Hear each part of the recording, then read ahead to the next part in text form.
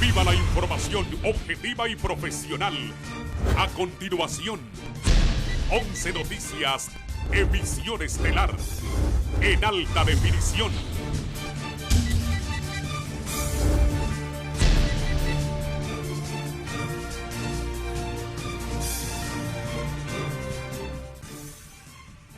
Vea esta noche en la emisión estelar de 11 Noticias. Que no van a iniciar el pilotaje para el retorno a clases, dicen maestros. Por su parte, el ministro aclara que será gradual y se cumplirán con todos los protocolos de bioseguridad.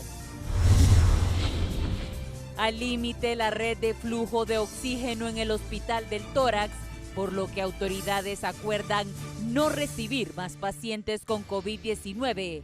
Por otra parte, muere otra profesional de la salud a causa del coronavirus en el Seguro Social. Porque han incurrido en una serie de irregularidades desde el inicio de su gestión, Sindicato de Trabajadores de la ANE piden al Consejo Nacional Anticorrupción que se investigue el proceder de los interventores de la estatal energética.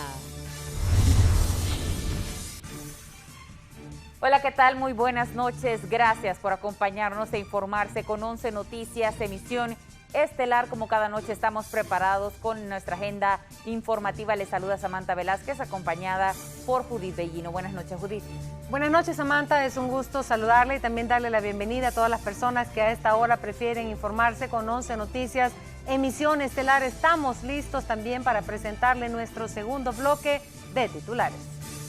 Voraz incendio consume mercado artesanal de Gracias Lempira y deja en la calle a más de 500 vendedores. Variante Delta estaría siendo confirmada en una mujer en la capital, lo que preocupa a médicos debido al rápido contagio y complicaciones de salud en pacientes COVID sin distinción de edades. Desarticulan banda que a través de empresa fachada distribuían droga en motocicletas en la capital, y en Colón, en medio de un maizal, detectan sembradillo de plantas de marihuana. Esto y más a continuación en 11 Noticias, emisión estelar.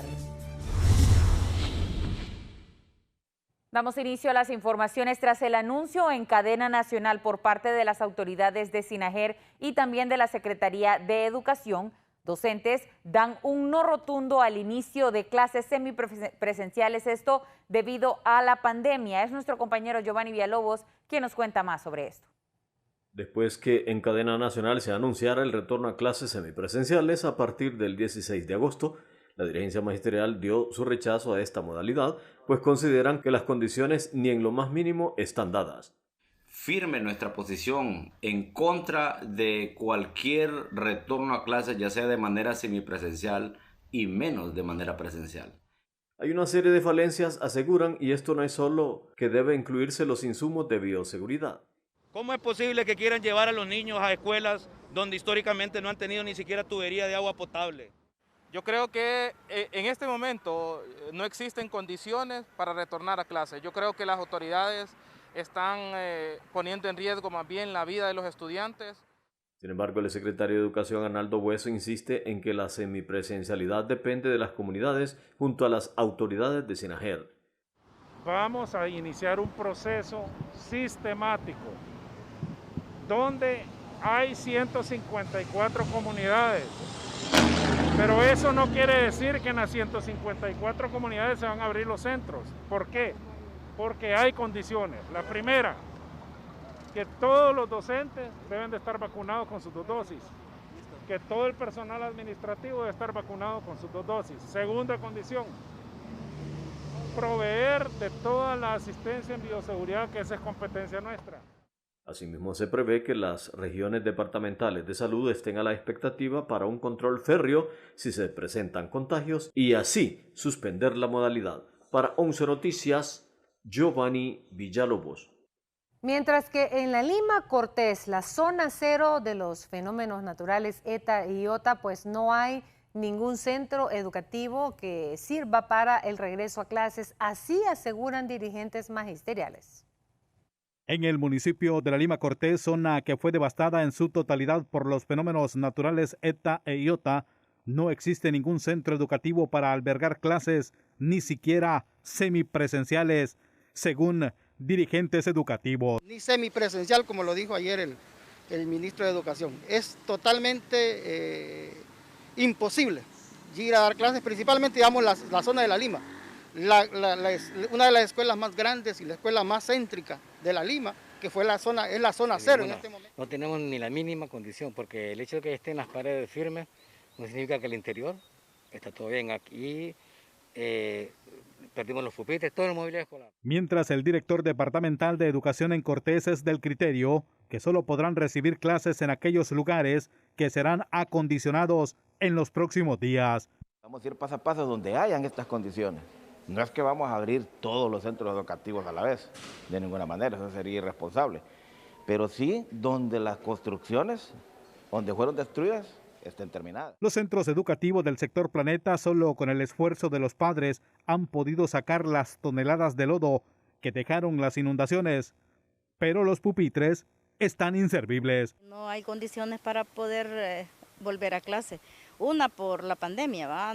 Todavía nuestros alumnos no están vacunados, y otra porque no hay ni donde sentarse. ¿Estas condiciones en que está este centro educativo? No, así como están, no, porque están demasiado deterioradas y tenemos que nosotros como padres de familia... Para 11 Noticias, Gerlin Díaz. Y el rector de la Universidad Nacional Autónoma de Honduras, Francisco Herrera, aseveró que no existen formas para que los estudiantes retornen a clases presenciales o semipresenciales y que hacerlo solo representaría un riesgo de contagio. Además, enfatizó que en un futuro se dará prioridad de regreso a clases a las carreras del área de salud o técnicas.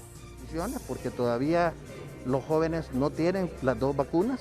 Necesitamos que ese momento se dé. Cuando ya lo tengamos y las condiciones se vayan dando, progresivamente lo iremos abriendo, dependiendo de las condiciones que priven en el país en el momento que ya tengamos esas condiciones cumplidas. Y para el día de mañana está previsto un plantón en los bajos del soberano Congreso Nacional, en donde diferentes sectores se reunirán para exigir la derogación de la ley que le da vida a las sedes. Mañana diversos sectores de la sociedad realizarán un plantón en los bajos del Congreso Nacional para solicitar a los diputados que se deroguen las leyes que dan vida a las zonas de desarrollo y empleo sedes. En la jornada de protesta participarán algunos legisladores que también están en contra de este proyecto económico impulsado por el gobierno del Partido Nacional y que cuenta con su propia jurisdicción. Justamente el día de mañana a las 11 de la mañana estaremos en los bajos del Congreso Nacional. Ya vienen grupos, lencas, chortistas, huacas, garífunas, que son más de 18 pueblos que se han organizado para presentar la iniciativa ciudadana contra la sede. Para el analista político Fernando García, es determinante que cada día se sumen más grupos importantes en desacuerdo con estos proyectos, tal como fue el caso de la Iglesia Católica, que este miércoles se unió al clamor generalizado que está en discrepancia de esa clase de proyectos. Algo que es ilegal, inconstitucional, ilegítimo y que viene a despojar a Honduras de su patrimonio. Por su parte, el ministro coordinador del gobierno insiste que con la implementación de las mismas se pretende generar empleos, además de ver como normal que no todo mundo esté en consonancia con la implementación de las sedes. Es normal que un sector pueda pronunciarse, pero yo creo que en las virtudes que tiene habría que ver qué cosas se pueden mejorar. Gisela Calix, 11 Noticias. Y el ministro de Coordinación del Gabinete de Gobierno, Carlos Madero, aseguró que luego de que el titular del Poder Ejecutivo nombrara una comisión presidencial de transición que rendirá cuentas al próximo gobierno, se pretende que todos los asuntos financieros y administrativos a nivel macro queden en orden y que además con esto se garantiza que el mandatario entregará el poder el próximo 27 de enero del 2022. De septiembre. Después se consolida porque hay que entregarlo oficialmente al próximo presidente y a la comisión de transición que se tenga, y también se oficializa una comisión de transición que va a atender cada Secretaría de Estado con los informes, cómo queda la Secretaría, cómo quedan los proyectos, qué cosas tienen que pasar, tienen que seguir en ejecución, qué está pendiente, qué no está pendiente, la situación económica de cada Secretaría de Estado y los planes que quedan efectivamente que tienen que hacer. Esta es una evidencia clara de que el gobierno del presidente Hernández finaliza el 27 de enero y ya se está trabajando en el proceso de transición y las comisiones que darán los informes correspondientes y rendición de cuentas para entregárselo a la comisión de transición del gobierno que sea electo en su momento. Y en noticias internacionales les damos a conocer que Kamala Harris, vicepresidenta de los Estados Unidos, ha dado a conocer la estrategia para abordar aquellos temas que producen la migración. Ante el constante incremento de la migración desde Centroamérica hacia los Estados Unidos, la vicepresidenta de ese país, Kamala Harris, presentó la estrategia de Washington para frenar el desplazamiento de personas hacia la frontera sur. La estrategia de Kamala Harris está centrada en generar mejores condiciones laborales en los países del Triángulo Norte. Asimismo, la Casa Blanca recibirá el apoyo de otras naciones para frenar la crisis migratoria. Además, al menos 12 empresas estadounidenses han manifestado su disposición de invertir sus capitales en estos países con alto flujo migratorio para impulsar la economía. La funcionaria estadounidense tiene claro que los resultados de este plan no serán a corto plazo, pero que en el camino irán descartando lo que no vaya funcionando. Cabe señalar que el gobierno de Joe Biden ha destinado al menos $500 millones en ayuda humanitaria para los países del Triángulo Norte, los que en los últimos meses han sufrido el embate de fenómenos naturales y de la pandemia de la COVID-19. Entre tanto, el proyecto de Washington es fuertemente criticado por los republicanos, quienes aseguran que la Casa Blanca ha generado una crisis migratoria sin precedentes. Para 11 Noticias, Brian Maldonado.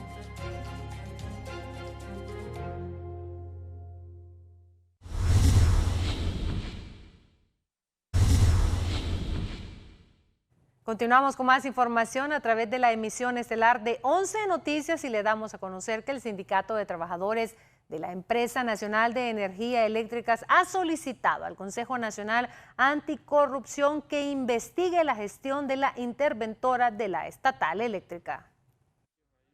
Representantes del Sindicato de Trabajadores de la Empresa Nacional de Energía Eléctrica acudieron ante el Consejo Nacional Anticorrupción para que se investigue la conducta de los interventores de esta empresa, ya que según ellos, desde el inicio de su gestión, han incurrido en una serie de irregularidades.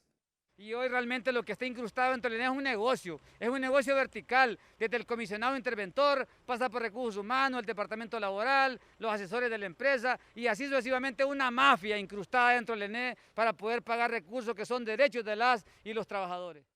Aseguran que estos interventores solo han llegado a recetarse jugosos salarios y sin cumplir la misión para la que fueron nombrados.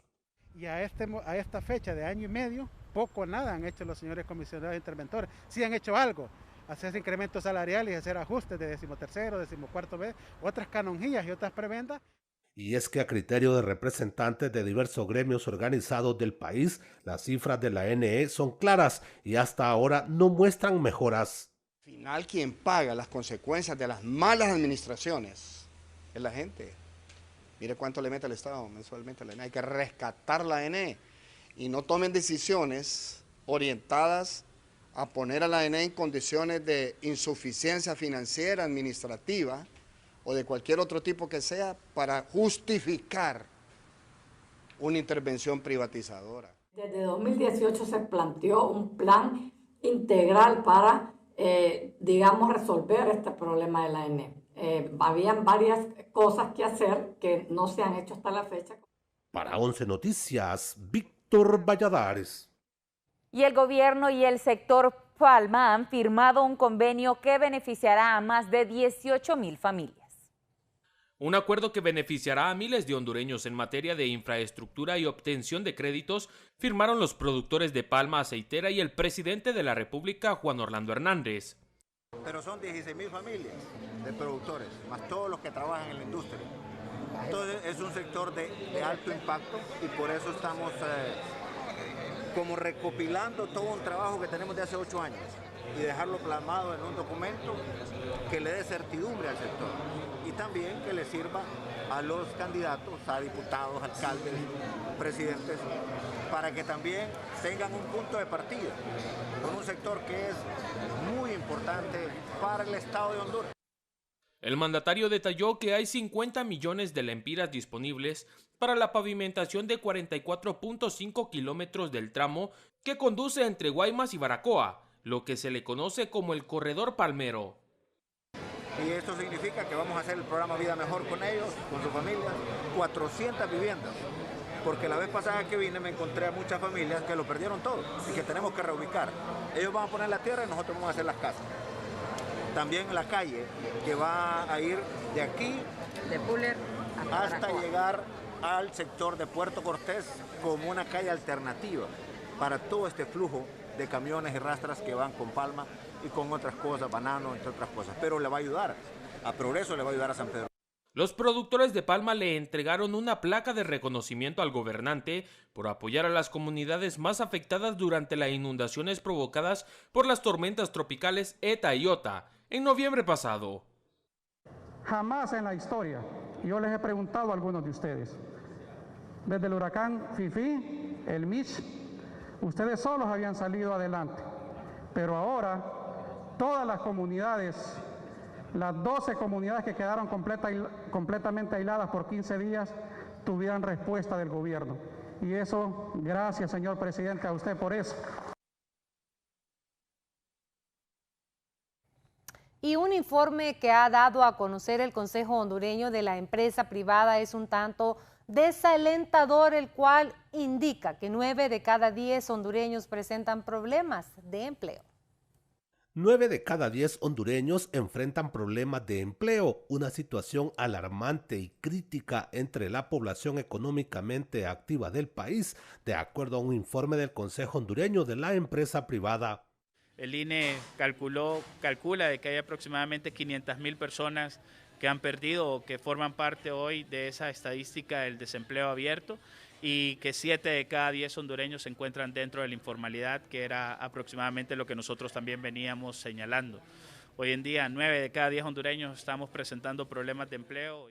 Autoridades de gobierno, aunque de momento no cuentan con cifras actualizadas sobre el tema, aseguran que solo durante la pandemia del coronavirus cerca de 500,000 de personas han entrado a esta situación.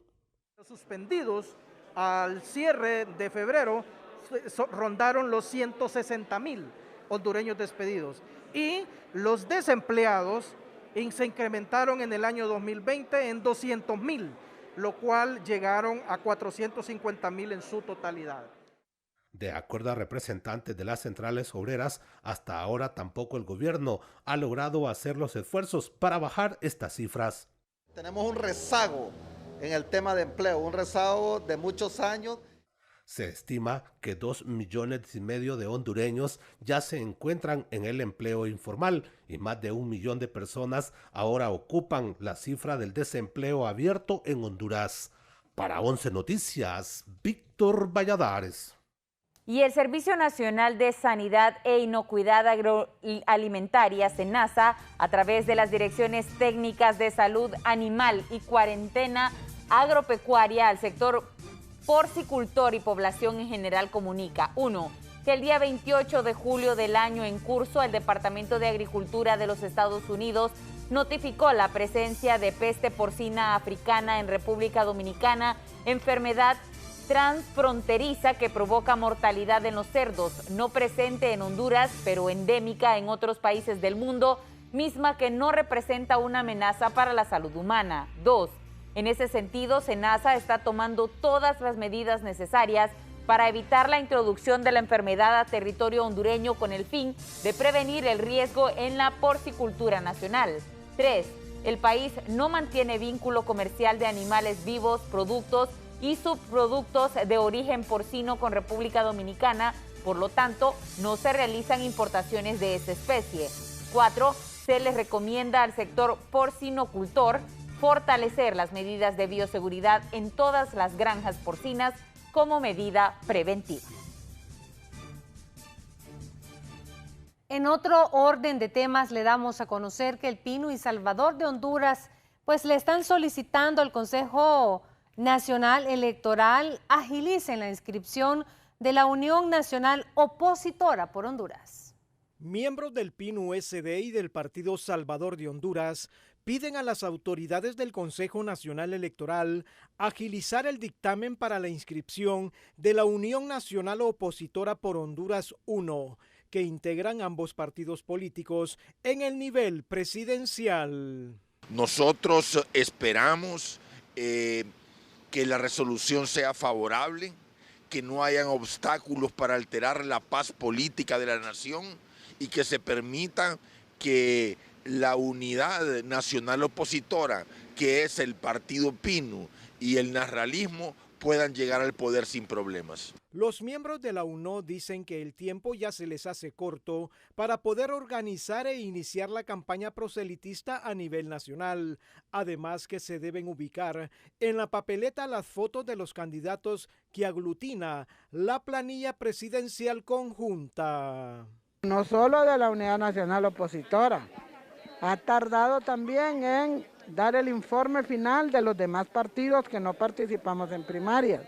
La vamos a definir como una tardanza inexplicable que está ligada a una supuesta ampliación presupuestaria que no tiene absolutamente nada que ver. Además de la UNO, hay una gran cantidad de alianzas en diferentes niveles lectivos que también están a la espera de la aprobación o improbación del CNE.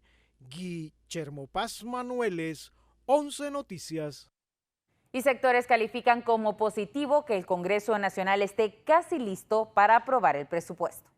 Este viernes estaría saliendo humo blanco del Congreso Nacional, ya que las tres principales fuerzas políticas están listas para aprobar la ampliación del presupuesto al Consejo Nacional Electoral y Registro Nacional de las Personas. Sectores califican como positivo este avance para que el proceso general se desarrolle en tiempo y forma.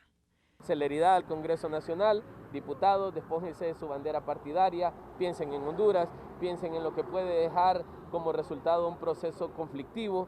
Y yo creo que el pueblo hondureño lo que merece son elecciones que realmente puedan ser creíbles. Esta sería una tregua que le daría a la clase política la democracia del país, que necesita fortalecimiento y estabilidad para tener gobiernos sólidos, opina esta experta. No más falsa democracia, no más subterfugios para cambiar la decisión del pueblo. Representantes de sociedad civil expresan que ojalá este sea el último impasse de cara a los comicios de noviembre, porque de lo contrario se estaría llenando de mayor opacidad e incertidumbre. Sin un presupuesto que tengan los órganos electorales para poder trabajar, mucho de lo que está plasmado en la ley y también mucho de la planificación que tienen las instituciones no se va a poder hacer. Y al final esto se va a traducir en un proceso electoral que no cumpla con las expectativas de la ciudadanía. El Poder Legislativo aprobará de forma íntegra los 800 millones de lempiras al CNE y los 9.6 millones de dólares al RNP. Para 11 Noticias, Kimberly Espinosa. Por otra parte, politólogos advierten de un desgaste peligroso para el partido de la Estrella Solitaria. Expertos son del criterio que los 12 años de continuidad del Partido Nacional de ser gobierno les acarreará un desgaste político que les podría representar una derrota electoral en noviembre si no replantean algunas de sus políticas. Yo considero que después de 12 años donde tanto a la base nacionalista como al pueblo hondureño muy poco se le ha cumplido de lo que se ha prometido, evidentemente son escenarios que provocan un desgaste. Por su parte, miembros del Partido de la Estrella Solitaria aseguran que su partido no sufrirá ningún desgaste político peligroso, ni mucho menos un voto de castigo, porque la administración del presidente Juan Orlando Hernández ha hecho las cosas bien. El pueblo hondureño tiene la claridad que cuando el Partido Nacional gobierna hay desarrollo, ¿verdad? Hoy en día tenemos la mejor infraestructura de carreteras de toda la región y eso usted lo va a traducir en desarrollo. Oh, totalmente, totalmente. Mire, 12 años en el poder, haciendo mal gobierno, gobernando contra el pueblo y de remate imponiéndose sin haber ganado las elecciones, eso ha traído un desgaste muy fuerte en el Partido Nacional.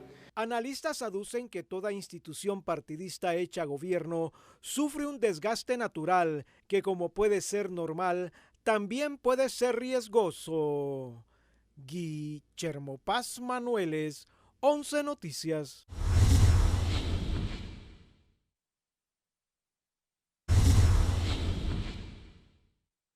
Continuamos con las informaciones en 11 Noticias, emisión estelar. En el campo de la salud le damos a conocer que 40 nuevos casos de dengue se están presentando en 3 municipios del departamento de Cortés. Desde hace 3 semanas, los casos de dengue leve y grave han aumentado en el departamento de Cortés. Solo en los últimos 7 días registran 40 nuevos pacientes con esta enfermedad, proveniente de los municipios de San Pedro Sula, Choloma y Villanueva. La semana pasada se reportaron 40 nuevos casos de dengue, siendo siempre los municipios que mayor reportan Villanueva, Choloma, Pimienta y San Manuel. Esto se ha venido viendo desde las últimas 5 o 6 semanas, un aumento en los casos, haciéndole un recordatorio a la población que por favor pueden inspeccionar sus solares, inspeccionar sus pilas. Los síntomas del dengue suelen confundirse con otros virus. Sin embargo, los especialistas aclaran que la persistencia de fiebres o vómitos son más comunes en dicha enfermedad. Por tanto, para evitar la baja de plaquetas, se debe de acudir de inmediato a un centro de salud. No dejen que los síntomas aumenten o que si un niño tiene fiebre por más de 2 o 3 días y no le pongamos atención, sino que solo le demos una acetaminofén, ¿verdad? Y no lo traigamos a que lo evalúe el médico, eso es peligroso porque ya los niños nos llegan muy complicados y los adultos también, ¿verdad? Llegan muy complicados. Los expertos añaden que el vector transmisor de esta enfermedad peculiarmente tiene sus horarios críticos siempre en la mañana y por las tardes entre las 5 a 5:30, debido a que la hembra necesita alimentarse para sustentar a sus crías, por lo que hacen hincapié en la limpieza de patios y el uso frecuente de repelentes. Para 11 Noticias, Shirley Martínez. Lamentablemente le damos a conocer que una doctora ha perdido la batalla con el COVID-19 en el Instituto Hondureño de Seguridad Social. Odalia Urbina, en vivo y en directo, nos brinda los detalles. Adelante con usted. Así es, buenas noches, compañeros en estudios y televidentes de 11 Noticias. A esta hora de la noche nos hemos trasladado hasta el Instituto Hondureño de Seguridad Social en las afueras. Y es que lamentablemente, de acuerdo a las autoridades de este centro asistencial, nos han informado que ha fallecido esto a causa del COVID-19. Después de permanecer 12 días en la unidad de cuidados intensivos, la doctora Lucía Salgado Elvir. De acuerdo a lo que han manifestado las personas que estaban con ella había llegado en una condición sumamente grave, con síntomas ya bastante complicados debido a que se había contagiado esto después de haber atendido a diversos pacientes con esta misma enfermedad. Sin embargo, escuchemos las declaraciones de la portavoz del Instituto Hondureño de Seguridad Social, Ana Barrientos. Tomamos el fallecimiento de la doctora Laura Julia Salgado Elvir, quien de edad de 66 años, vivía en el barrio Morazán, ingresó al Instituto Hondureño de Seguridad Social, Hospital de Especialidades. El 17 de julio permaneció por 12 días ingresada en la unidad de cuidados críticos, la COVID. Hoy ha fallecido a las 5 de la tarde. Según cifras del Colegio Médico, esta sería la número 81 de las galenas que ha fallecido por la mortal enfermedad respiratoria. Asimismo, han dicho las autoridades de este centro asistencial que mañana se le realizará un homenaje. Con este informe, regreso al set principal. Buenas noches.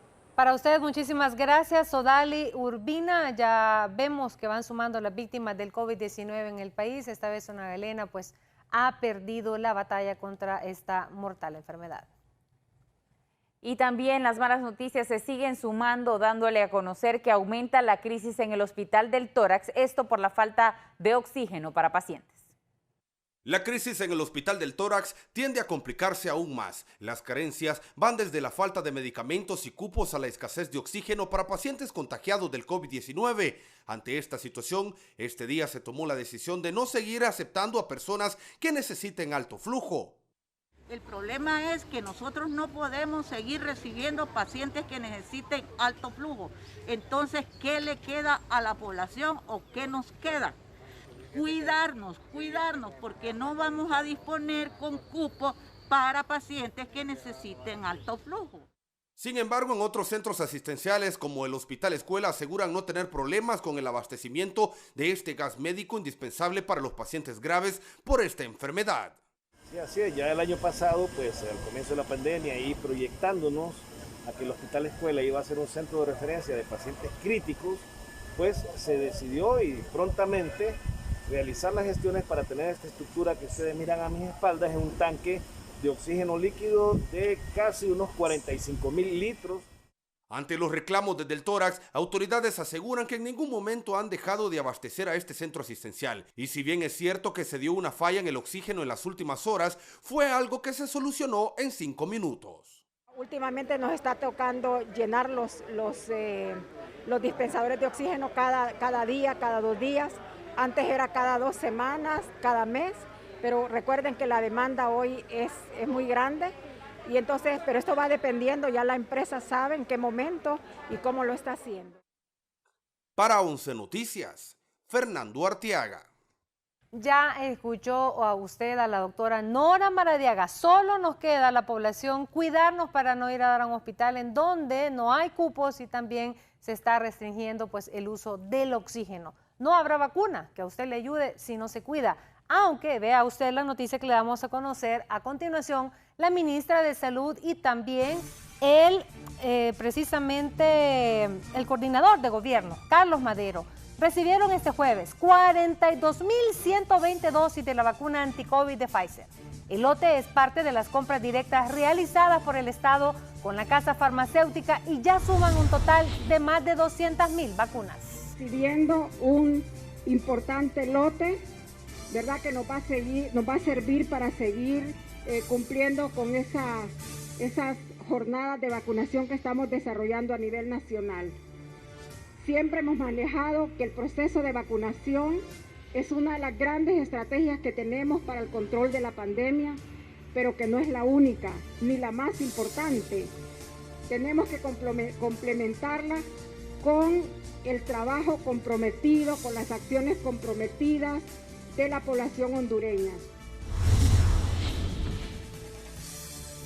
Bien, y ahora le damos a conocer que el doctor Marco Tulio Medina ha informado que ya recibieron una respuesta favorable de parte de la Secretaría de Salud para llevar a cabo el estudio de combinación de vacunas entre la Sputnik V con Moderna o Pfizer. En ese sentido, el estudio se iniciará la próxima semana en un trabajo conjunto de la experta en virología, la doctora Wendy Murillo, el Comité COVID-19 de la Universidad Nacional Autónoma de Honduras, la CESAL, la Cruz Roja, con la asesoría del científico Sir Salvador Mejía.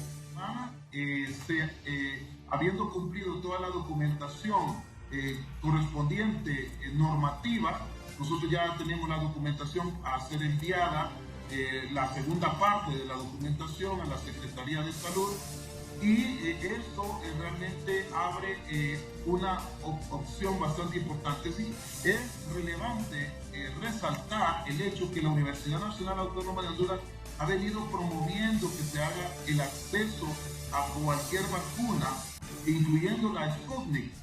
Pero desgraciadamente la situación internacional ha puesto de que muchos de la disponibilidad que tienen las vacunas es limitado. Entonces tenemos que tener documentación científica que nos permita tomar decisiones apropiadas.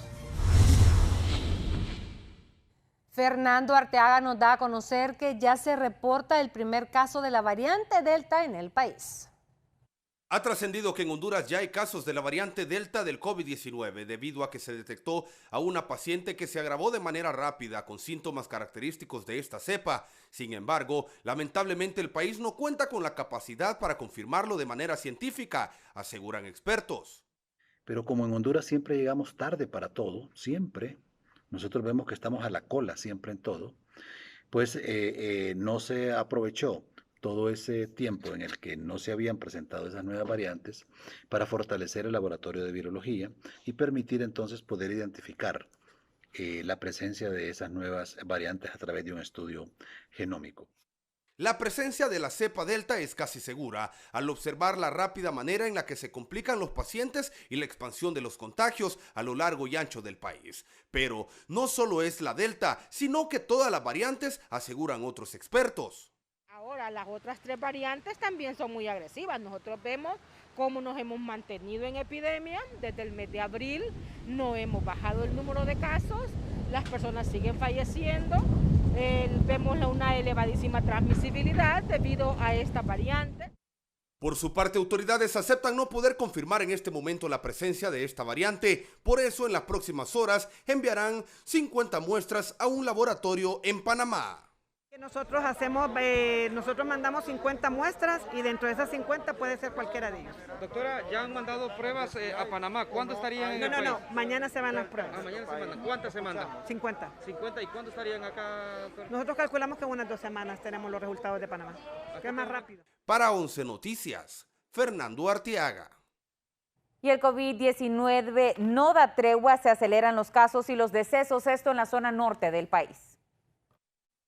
La positividad del coronavirus ronda en un 60% en la zona norte de Honduras, mientras que la tasa de mortalidad se eleva en un 75% según los profesionales de la salud. Aunque el proceso de vacunación es un éxito en esta región, los contagios van en alza porque aún la ciudadanía se resiste al cumplimiento de las medidas de bioseguridad. Lamentablemente, de una condición de meseta hemos pasado nuevamente a una curva acelerada en ascenso. Posiblemente las nuevas cepas que aquí en Honduras no las podemos tipificar, o las variantes, eso nos está dando estas malas noticias donde los niños se están viendo afectados.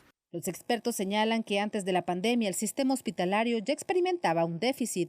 Con el temible virus, todo se complicó. Además que es una enfermedad extremadamente costosa para cada ciudadano y el propio gobierno. Todos sabemos lo que implica andar una mascarilla en la cara, ¿verdad? Si sabemos que una mascarilla sencilla nos cuesta 10 lempiras diarios, haga la cuenta al mes, son 300 lempiras que usted tiene que apartar de su bolsa si no trabaja para una empresa, ¿verdad? Mis colegas que están en los hospitales por esta labor de casi 2 años, que no han claudicado, se han contaminado, han muerto y siguen y van todos los días y luchan con las uñas. Las mutaciones del temible virus es otro factor que hace que se vayan acumulando más casos. Inicialmente los adultos eran los más afectados, pero estas variantes atacan principalmente a la población infantil y joven, la fuerza motriz del país. Para 11 Noticias, Shirley Martínez.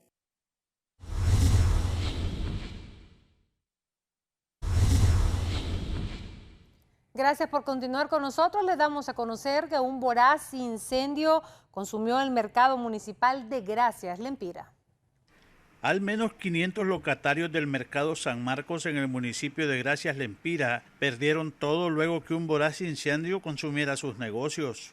Los escombros del mercado marcan la tristeza de los dueños de los locales que con esfuerzo han dedicado su vida y que han hecho una segunda casa para poder satisfacer sus necesidades. Que los puedan ayudar para empezar de cero, sí. Que los tengan un localito que sea aquí en la calle, pero que puedan, porque hay que pagar los recibos, sí. Y tiene compromisos de deudas uno también. Así queremos que los apoyen pues en eso, porque mire cómo quedamos en la calle. Y los muchos compañeros que son negocios grandes perdieron más, ¿verdad? El doctor Javier Enamorado, alcalde de Gracias Lempira, manifiesta que apoyarán con la construcción de espacios temporales mientras se restaura el mercado. La construcción ya de unos espacios temporales mientras se restaura el mercado municipal. Es un equipo municipal que está asignado ya y obviamente con ellos sentarnos y ver todos los esquemas de cómo la municipalidad también les puede apoyar. Eso estamos claros de que con una emergencia de estas nadie quiere que suceda. Lamentamos enormemente porque pudimos ver el trabajo de un patrimonio de años, de familias, de herencia, de hijos, de nietos, de bisnietos ya. Con una cantidad de 20.000 lempiras a cada uno como capital de inicio y beneficios sociales será el apoyo que se le dará a los locatarios del mercado de parte del gobierno de la República, asegura el presidente Juan Orlando Hernández. Bueno, en primer lugar vamos a apoyarles con 20.000 lempiras a cada uno como capital de inicio. Luego también mientras está la reconstrucción de las bolsas solidarias y después dependerá del tipo de negocio que ellos tienen o quieren reinventarse en este momento. Entonces, ahí realmente no le puedo dar una cifra porque va a depender de el tipo de negocio que ellos quieran continuar o iniciar de nuevo. Para 11 Noticias, Donaldo Rodríguez. Bien, y ahora le damos a conocer que pues tendencia de tragedias influenciadas por las redes sociales pueden ocurrir. Esto es lo que advierten especialistas. Herlin Díaz nos amplía. Los especialistas de la psicología advierten que puede darse una tendencia de tragedias humanas por el uso de redes sociales si los padres de familia no regulan el uso de aparatos móviles en manos de sus hijos cuando estos aspiran a ganar influencia en Instagram, Facebook y otras plataformas digitales que los puede llevar a la muerte al realizar audaces y temidas maniobras, como el hecho de un jovencito en una laguna del municipio de Santa Cruz de Yojoa. El deseo de ser aceptados, el deseo del sentido de pertenencia que un joven adolescente puede tener, de tener el visto bueno y la aceptación de un grupo social y obviamente superar lo que es la presión social. El segundo factor es el tema del deseo de ser una persona popular, conocida, entre comillas, famosa. Algunos padres de familia y jóvenes son del criterio que cuando se les da el uso correcto a las redes sociales, no se espera el mayor riesgo. Los que son menores, entonces pasamos bien frecuente revisándole su teléfono, a qué es lo que hace, con quién se comunica, con quién mensajea, todo eso. No, la verdad que no, que casi no todo el mundo tiene el número y cuando lo hago sé a quién dárselo. ¿Y en el Facebook usted solo tiene conocidos? Sí, solo los compañeros o amigos. Los pastores evangélicos son del criterio que si la juventud no busca de Dios, la presión social los consumirá. Dice un principio fundamental: instruye al niño en su camino para que cuando fuere viejo no se apartare de él. También la Biblia dice: sobre toda cosa guardada, guarda tu corazón, porque él mana la vida.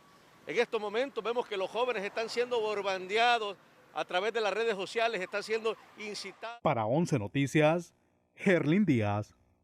Un día violento se reporta en la zona norte del país. La periodista Iris Urbina, en vivo y en directo, nos brinda más detalles. Iris, adelante con usted.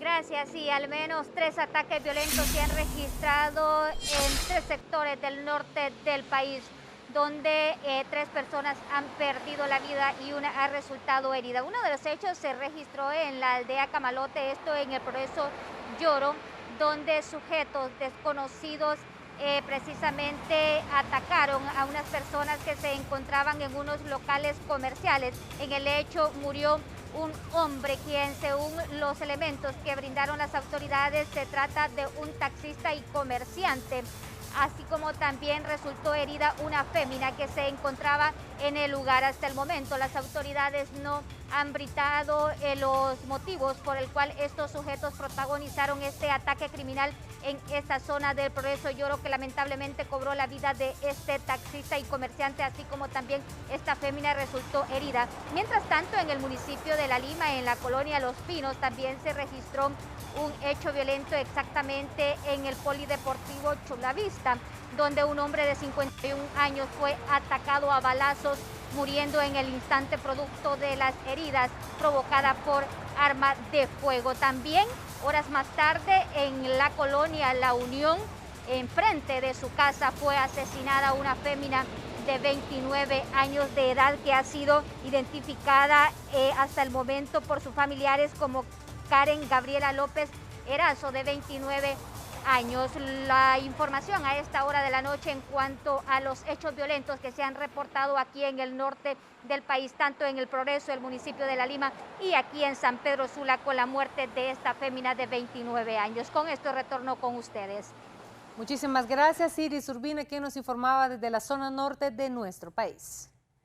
Y nuevamente una semana trágica se registra para los trabajadores del rubro del transporte. Otro taxista ha sido asesinado, esto en Sabacolón.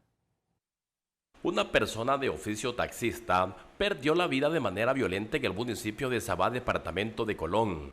La víctima respondía al nombre de Daniel Urbina, quien fue atacado con arma de fuego por desconocidos cuando ingresaba a su casa de habitación en la colonia Bellavista. Los preocupa toda la situación que se está dando acá en Sabá, la delincuencia.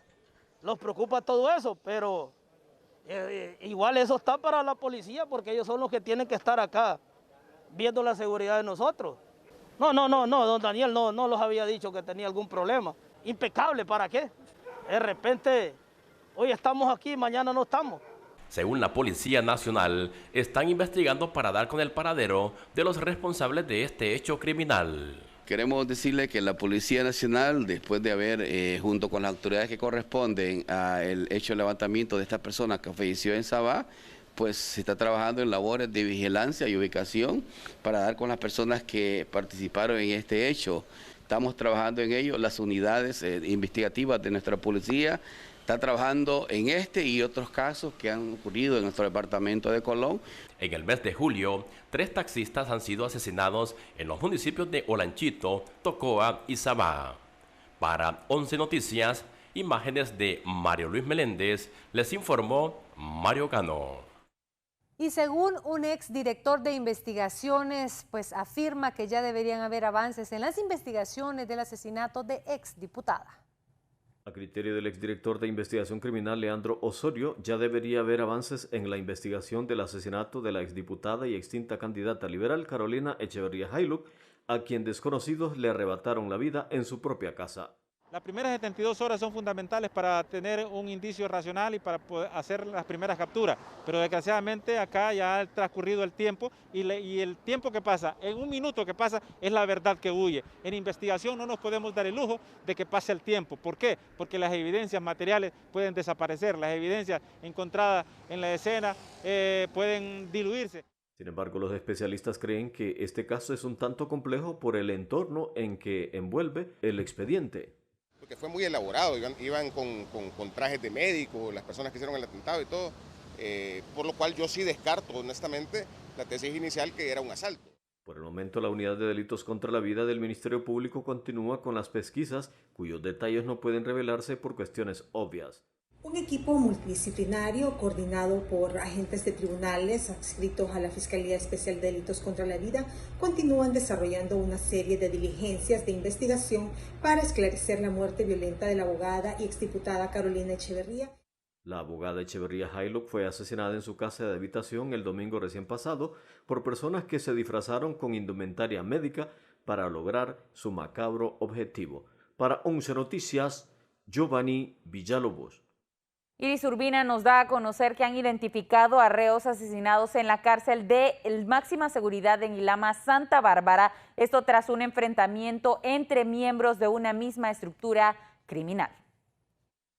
Autoridades del Instituto Nacional Penitenciario confirmaron los nombres de los 2 privados de libertad que fueron asesinados en el interior de la cárcel de máxima seguridad en Ilama, Santa Bárbara, tras un enfrentamiento entre miembros de una misma estructura criminal. Sobre el fallecimiento de 2 privados de libertad de nombre Nelson Eduardo Hernández Cantarero, de 23 años de edad, y Gustavo Enrique Paz Maldonado, de 28 años. Según se nos informó, estas personas habrían muerto a manos de sus mismos compañeros de organización criminal. Familiares que llegaron a la morgue de San Pedro Sula a retirar los cuerpos se negaron a brindar información de sus parientes. Por su parte, autoridades penitenciarias aseguran e investigan quiénes serían los responsables de estas 2 muertes. Se informó que el hecho fue reportado a las autoridades competentes para que inicie el proceso investigativo y de esta manera se deduzca responsabilidad penal a quien resulte involucrado. Se informó que ambos privados de libertad eran originarios de San Pedro Sula, uno de ellos de Chamelecón y el otro de la colonia Montefresco de esta ciudad. Para 11 Noticias, Iris Urbina. El crimen organizado se reinventa y se las ingenia. Vean ustedes cómo han desarticulado una banda que con una empresa fachada se dedicaba pues a repartir droga en una motocicleta. Luego de realizar 4 allanamientos múltiples en La Leona, La Cabaña, El Luarque y el barrio Los Jucos, la Dirección de Lucha contra el Narcotráfico y el Ministerio Público desarticulan una banda que operaba en la distribución de droga por medio de una empresa fachada de mandados en motocicleta. ¿Cómo operaban? Pues tenían aparentemente una empresa de envío de hacer mandaditos o encomiendas o alimentos similares a los que se usan en Tegucigalpa para comprar comida, y resulta que lo que distribuían no era nada de esto, sino que iban a dejar la droga a sus clientes en diferentes puntos de Tegucigalpa. Según la investigación, se logró establecer que la banda era dirigida por Olvin Chévez Flores, a quien en el momento de allanar la vivienda se le encontró en posesión de 114.855 lempiras en efectivo, supuestamente fruto de la distribución del alucinógeno. Sí, hay 3 personas capturadas en estos allanamientos. Está Olvin Ricardo Chévez Flores, Cintia Jacqueline Flores Alvarenga y Carlos Alexander Ortega Barrientos. Aparte de eso, se encontró bastante droga, como ser marihuana y crack, y se encontraron más de 100.000 lempiras. Por otro lado, en la casa de habitación en el barrio La Cabaña se detuvo a Cintia Jacqueline Flores Alvarenga y a Carlos Alexander Ortega Barrientos. De esta manera, expertos coinciden que se deben ampliar los mecanismos de seguridad. Que ante esta ola de criminalidad hay que pararla. ¿Y de qué manera la vamos a parar? Que saque el ejército a las calles. No se escucha bien, porque a nadie le gusta ver un montón de militares en las calles, pero cuando está sucediendo un fenómeno como este, que se está incrementando la criminalidad. Para 11 Noticias, Odalia Urbina. Y la Dirección de Lucha contra el Narcotráfico erradicó este jueves un sembradío de marihuana en el municipio de Tocoa, departamento de Colón. Agentes de la DLCN fueron los encargados de ejecutar la operación de erradicación. Una nota de prensa divulgada por el Ministerio Público detalló que el sembradío tenía un aproximado de 1 manzana de extensión en el sector de Vado Ancho en la aldea Las Mangas. Miembros de las Fuerzas Armadas acompañaron en la operación de destrucción del sembradío. El sembradío estaba oculto entre siembras de maíz como método de los narcotraficantes para evadir a las autoridades, detalló el ente acusador.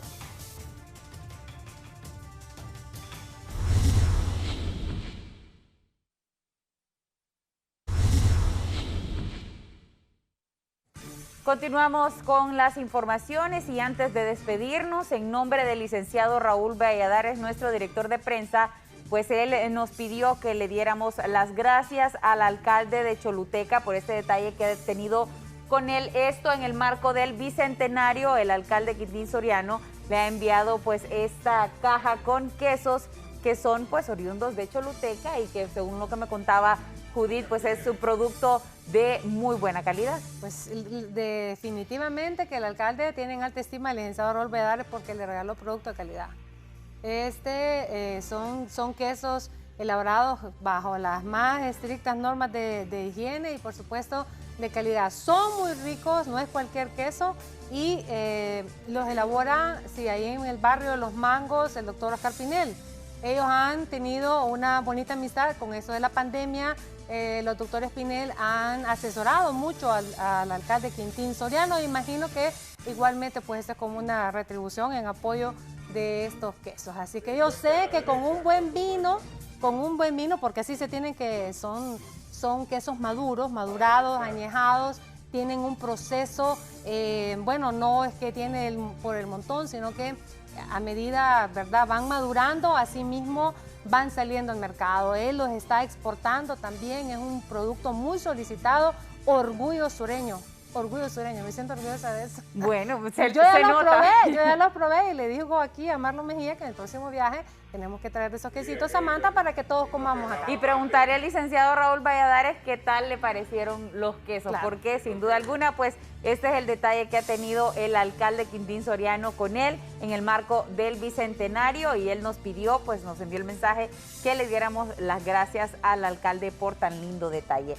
También les queremos dar a conocer, lamentablemente hay una persona desaparecida y él es Israel Izaguirre. La última vez que fue visto fue hoy por la mañana a las 11 de la mañana. Si tienen alguna información o lo han visto, pueden llamar al 8915-9114. Repetimos, 8915-9114. El nombre de él es Israel Izaguirre y fue visto la última vez hoy a las 11 de la mañana. Ojalá que sus familiares puedan dar con su paradero.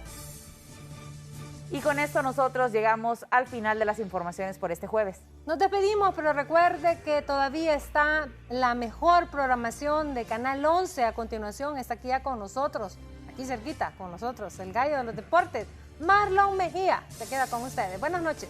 Buenas noches.